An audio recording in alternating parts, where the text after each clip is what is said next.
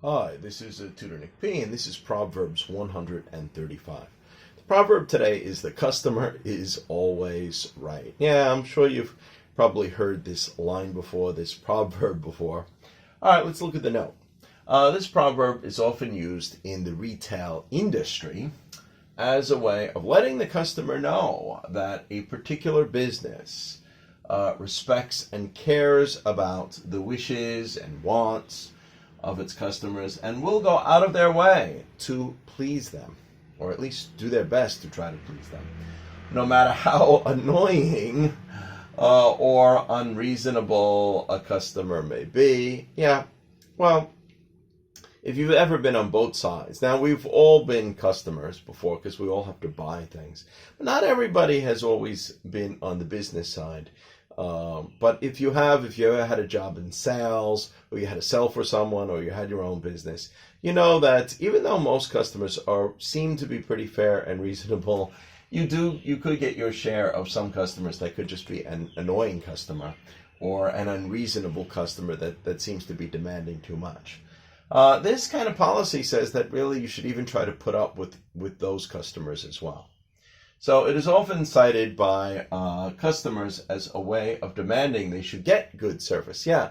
So if you're not doing something for a customer, sometimes you've actually heard them say, "Hey, well, what about the customer's always right?" What happened to this? Don't you have that sort of policy? Don't you want a repeat customer? All right. So that's what they mean by it's often cited. So some customers may actually use it. Don't you believe in the customer's always right? All right, let's continue. The origin of this proverb is difficult to pinpoint. So it's difficult to say exactly how it started or with who, but it seems to have gained popularity in the early 1900s. And there's especially two department stores. One of them may have created it. That used it a lot in the early 1900s. Of course, it caught on since then, and it's been going the whole way since the early 1900s. But here's the two stores. Some associated with Marshall Field department stores in Chicago. So I guess they used it a lot.